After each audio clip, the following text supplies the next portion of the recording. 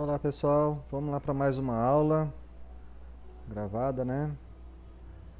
Agora com um novo equipamento, um microfone mais novinho um pouco, que eu acredito que o áudio vai ficar melhor. E eu alterei também a configuração de gravação no OBS para poder ficar um pouco mais leve a imagem para poder mandar, porque o último vídeo que a gente gravou é, ficou com quase 600, praticamente 600 mega, né? Então para fazer o upload dele para mandar o arquivo demorou um pouquinho, ficou meio pesado.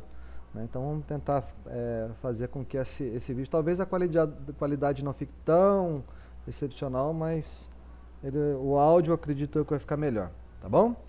Vamos lá, começando. Introdução à informática, nossa disciplina, tá? A aula são os conceitos básicos, a parte 3 agora, né? Que a gente está dando continuação ao conteúdo, ok? É, Vamos falar um pouquinho de sistemas de entrada e saída, também muito conhecido como dispositivos de entrada e saída, tá? Que são os periféricos, né? Ou as unidades de entrada e saída, que são os dispositivos conectados a um computador que possibilitam a comunicação do computador com o mundo externo, tá bom? Unidade de entrada que permitem que as informações sejam introduzidas na memória do computador.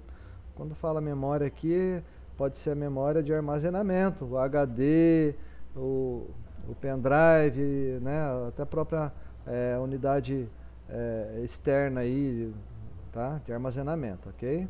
Alguns exemplos de unidade de entrada: mouse e teclado. A gente está falando somente de entrada, tá? Isso é muito importante porque tem uma atividade lá no final da disciplina, dessa aula de hoje, que vocês vão ter que criar alguns exemplos para a gente aí, tá bom? Então, a gente tem que saber diferenciar o que é só entrada de dados, só saída de dados os dispositivos, né, os sistemas que servem tanto para entrada ou saída, tá bom? As unidades de, as unidades de saída transformam a codificação interna dos dados em uma forma legível pelo usuário. Por exemplo, uma impressora, um monitor de vídeo comum, né? Não está aqui, mas é um vídeo comum, uma caixa de som e assim por diante, ok? Essa é considerada uma unidade de saída ou dispositivo de saída de dados, tá bom? Lembrando que eu comentei com vocês na aula passada, o monitor touchscreen, ele é um dispositivo que serve tanto de entrada quanto saída, tá? Uma impressora multifuncional também, porque ela tem o scanner, então ela vai ser um dispositivo tanto de entrada quanto de saída, ok? Vou citar um outro exemplo aqui de unidade só de entrada. Um leitor de código de barras, tá? Um dispositivo só de entrada, tá bom? Uma câmera, uma webcam, é um dispositivo só de entrada de dados, né? Apesar que ele vai converter essa informação e vai te jogar essa informação na saída, que é a tela. Né? Mas mesmo assim ele é um dispositivo somente de entrada. Um dispositivo somente de saída. Algum outro exemplo aí? A impressora comum, vídeo comum, caixa de som comum, né? Hoje a gente não usa muito alguns dispositivos, mas antigamente tinha mais alguns outros. Mas vou deixar em aberto para vocês darem uma pesquisada depois, porque eu falo justamente desses dispositivos em uma das questões. A aula de hoje a gente vai se pautar basicamente para a representação dos dados. A gente vai tentar explicar para vocês, apesar de vocês não serem, acredito eu que a maioria aqui pode não seguir a carreira de programador, mas vai que algum desses colegas aí queiram seguir essa profissão e queira se especializar, viu que tem o dom para isso, né? Então siga em frente, que é uma carreira promissora, tá bom? A gente precisa entender agora a representação dos dados. Bit, byte, kbyte, então a gente vai falar um pouquinho sobre isso, tá? E a capacidade de armazenamento das unidades. Um bit vem da nomenclatura binário digit, que é o dígito binário, né? É um componente básico da memória. É a menor unidade de informação. Pode assumir dois valores ou sentidos, né? Por exemplo, ele só assume o número 1 ou o número 0, tá? Em linguagem de máquina, ok? Pode significar ligado, desligado, sim, não, verdadeiro, falso, tá? Então isso é um jeito de assumir a parte lógica, tá? A representação lógica internamente na linguagem de máquina, tá? Opa. Byte. Um byte é um agrupamento de 8 bits, tá? Professor, uma letra A é um bit ou um byte? Então, é um byte, tá? Então, para você representar uma letra A, e a gente vai ver nos próximos slides ali, você precisa de um byte, que precisa de 8 bits para poder... É a menor representação gráfica, tá? A menor representação de informação, de dado dentro de uma máquina. Se você digitar um ponto ou uma vírgula, internamente a máquina precisa de 8 dígitos de 0 ou 1, vocês vão ver logo à frente, para poder entender que aquilo é uma vírgula, tá bom?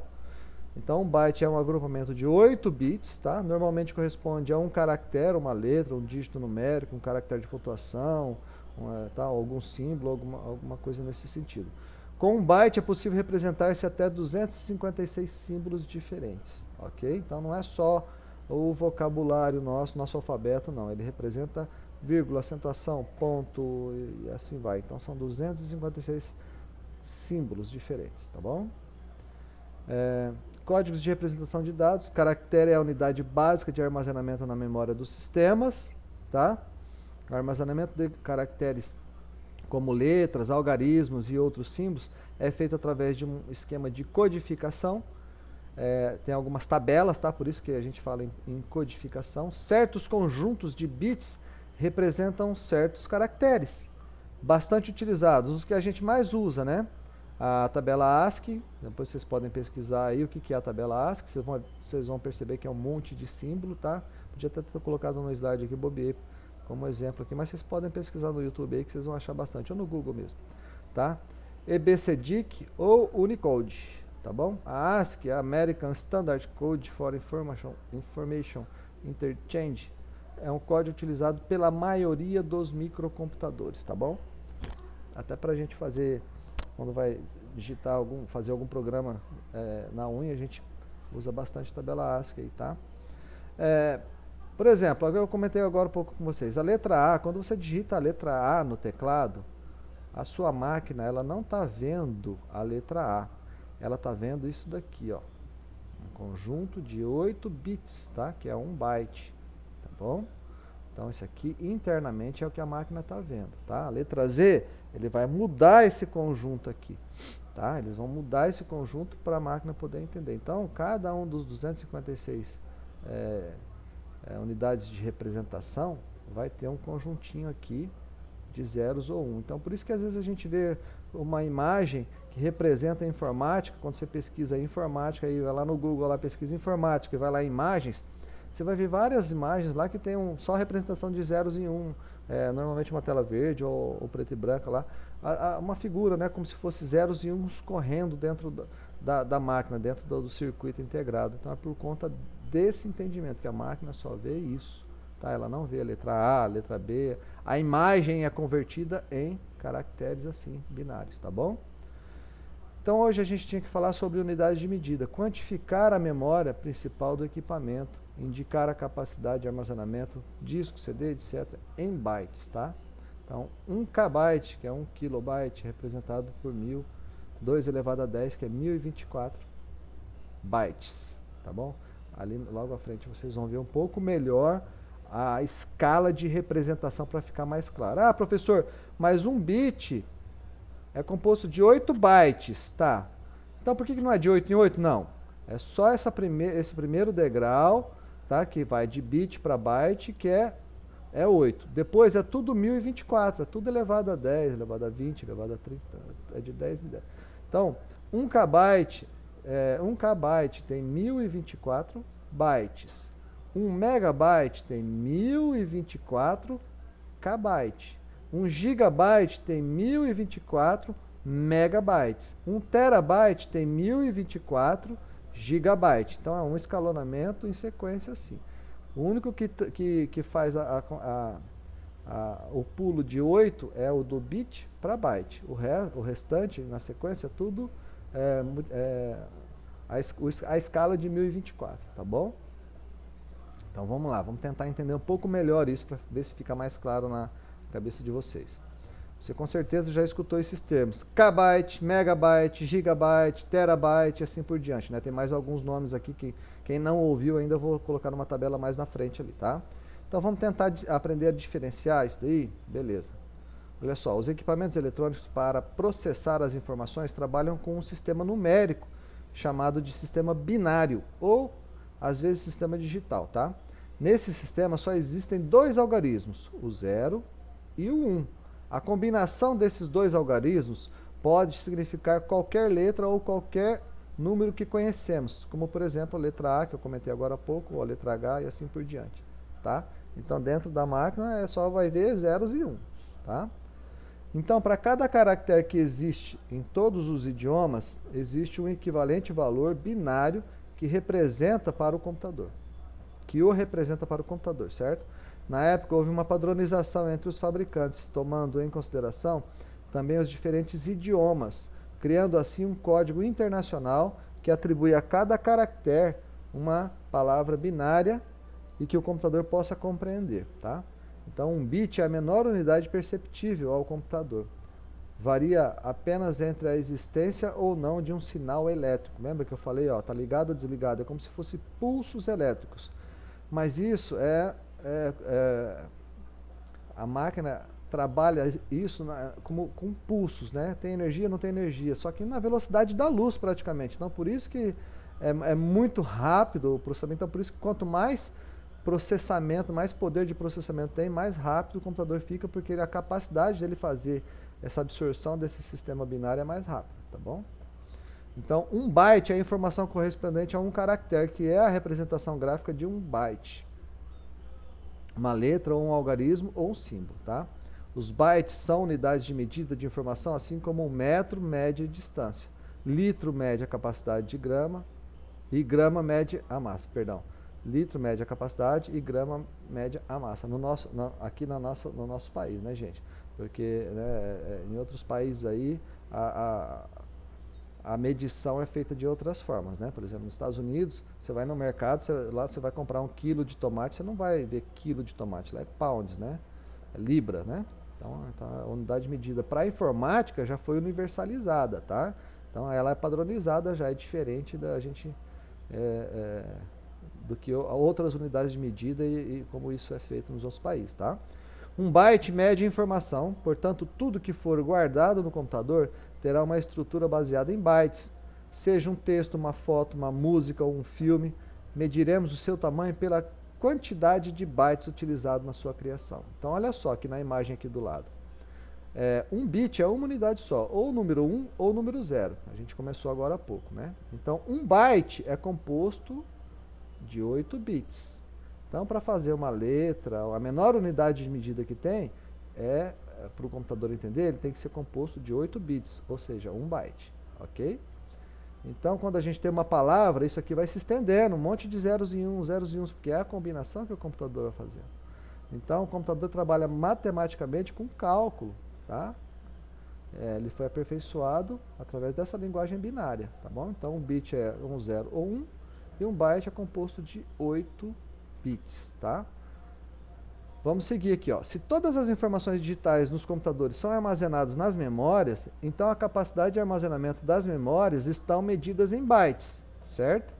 Como os computadores se caracterizam também pela sua grande capacidade de guardar dados, e como byte é uma informação medida muito pequena, e como byte é uma medida muito pequena, precisou-se criar medidas maiores que representassem de forma mais clara essa capacidade.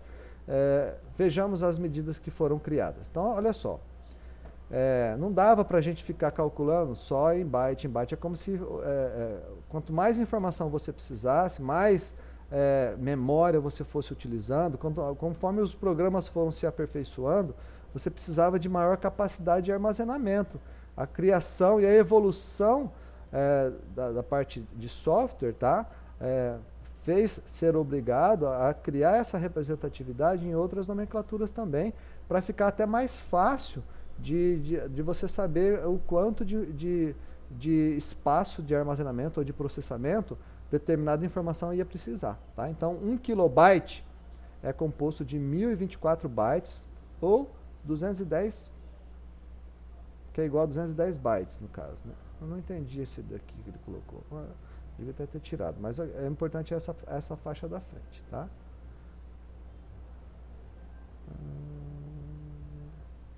Então vamos lá, 1 kbyte, tá? 1 megabyte é 1024 vezes 1024 bytes. 1 gigabyte, 1024 vezes 1024 vezes 1024 bytes, tá? Tem uma outra imagem que é um pouco mais clara do que essa daqui, a gente já vai chegar lá. Então, o importante é vocês saberem a ordem disso daqui. Então, eu vou até pedir para ignorar essa imagem aqui, porque a gente tem uma tabela que tem até outras, que vai mais além do que essa daqui, fica mais fácil o entendimento, tá? Então, é importante só entender o porquê foi criado isso daqui, porque na história, por conta da evolução da informática, foi preciso criar uma nomenclatura e uma representatividade para você mostrar e para você controlar essas quantidades de armazenamento ou de processamento mais fácil, tá bom? Essa aqui é a tabela que eu estava querendo chegar aqui para vocês, ó. Essa aqui é mais fácil de memorizar, tá?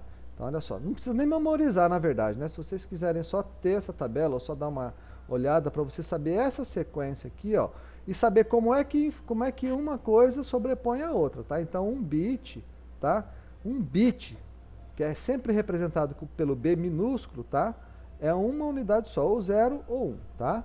Então um byte é composto, normalmente representado pela letra B maiúscula, tá? É composto de 8 bits. Então a gente tem essa referência ao anterior aqui, tá? Então esse daqui, 1 byte é composto de 8 bits. 1 kilobyte é composto de 1024 bytes, tá bom? 1 kbyte é composto de 1024 bytes. 1 megabyte composto de 1024 kilobytes. 1 gigabyte de 1024 megabytes, tá? 1 terabyte de 1024 gigabytes. 1 petabyte de 1024 terabytes. 1 exabyte 1024 petabyte, né? Um zettabyte 1024 exabyte. Eu acho que a última unidade que temos até hoje, eu não conheço outra, é yottabyte, que é 1024 zettabyte. Mas resumindo, por que a gente precisa saber um pouquinho sobre isso? Ah, você comprou um pendrive novo, você quer saber, você tem quantos megabytes? Tá? Ah, eu comprei um pendrive de 32 mega. Né? A gente fala mega. Hoje a gente está aqui na casa dos megas, aqui no Brasil, né? Porque lá fora eles têm capacidade de armazenamento maiores que a gente, principalmente nas universidades, né? Então a gente vai estar aqui na casa dos megabytes, tá? Tem hoje pendrives aí de 64 mega aí, tranquilamente você acha para comprar, né? Por que a gente precisa de bastante armazenamento? Normalmente que imagens, vídeos usam grande capacidade de armazenamento, tá? E aí tem a escala, a gente precisa saber a escala por onde, como que vai evoluindo isso daqui, certo? Então, você vai comprar um computador, por exemplo, você precisa entender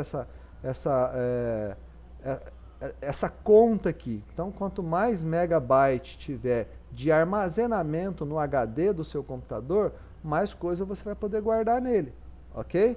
E aí você vai sentir uma diferença grande na máquina, no hardware, quando você for comprar um hardware com HD de disco normal, disco metálico, que faz a leitura através de leitura magnética, e num disco de um HD chamado SSD, que é de memória de massa, como se fosse um pendrive.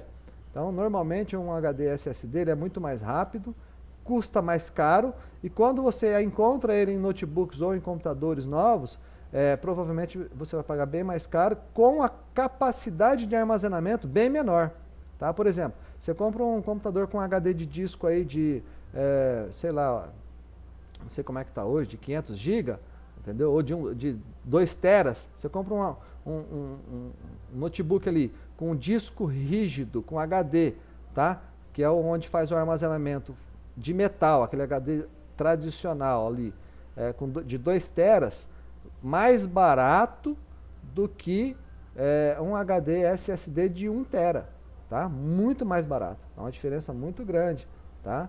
É meio controverso ainda, tem gente ainda que costuma falar que o HD SSD não aguenta tanto quanto o HD de metal, né, de disco, mas a gente está evoluindo e a gente está vendo que cada vez está saindo HDs SSDs melhores. Eu, por exemplo, tenho uma máquina, esse notebook que eu estou usando, já tem uns 10 anos esse notebook, a única coisa que eu troquei dele foi o HD e coloquei um HD SSD e deu uma diferença brutal na velocidade da máquina só por conta do HD, tá? Então, se eu preciso de algum armazenamento além do que o HD pequeno que eu tenho aqui, eu salvo em pendrive, salvo em HD externo, mando pela nuvem, faço qualquer outra coisa. Eu tinha um HD original desse notebook de 650 GB, tá? E eu coloquei um HD SSD de 120 GB, bem menor, só que o notebook ficou extremamente mais rápido, tá bom?